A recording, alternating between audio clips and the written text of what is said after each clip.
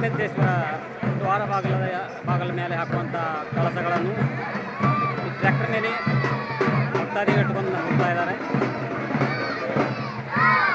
ಬಿಸಿಲು ಭಾಳ ಇದ್ದ ಕಾರಣ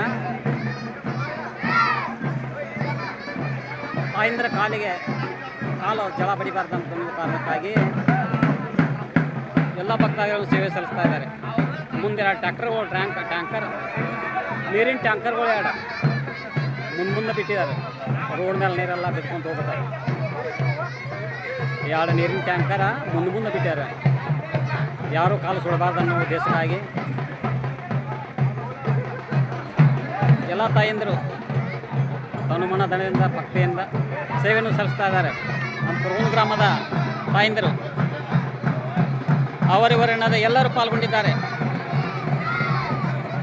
ಈ ಕಾರ್ಯಕ್ರಮದಲ್ಲಿ ಹಲವಾರು ಕಾರ್ಯಕ್ರಮಗಳು ನಡ್ತಾ ಇದ್ದಾವೆ. ಡೋಳಿನ ಮಜಲು, ಹೆಣ್ಣು ಮಕ್ಕಳ ಬಾರಿಸುವಂಥ ಡೋಳಿನ ಮಜಲು ಮತ್ತು ಪುರವಂತರು ಇನ್ನೂ ಹಲವಾರು ಕಾರ್ಯಕ್ರಮಗಳು ಈ ಸೇವೆಯನ್ನು ಸಲ್ಲಿಸ್ತಾ ಇದ್ದಾರೆ.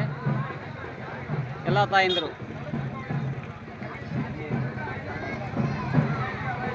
ಅವರಿವರೆನ್ನದೇ ಮುಸ್ಲಿಂ ಬಾಂಧವರು ಕೂಡ ಈ ಕುಂಭಮೇಳದಲ್ಲಿ ಪಾಲ್ಗೊಂಡಿದ್ದಾರೆ. ನೀವು ನೋಡ್ತಕ್ಕಂಥ ದರ್ಶನ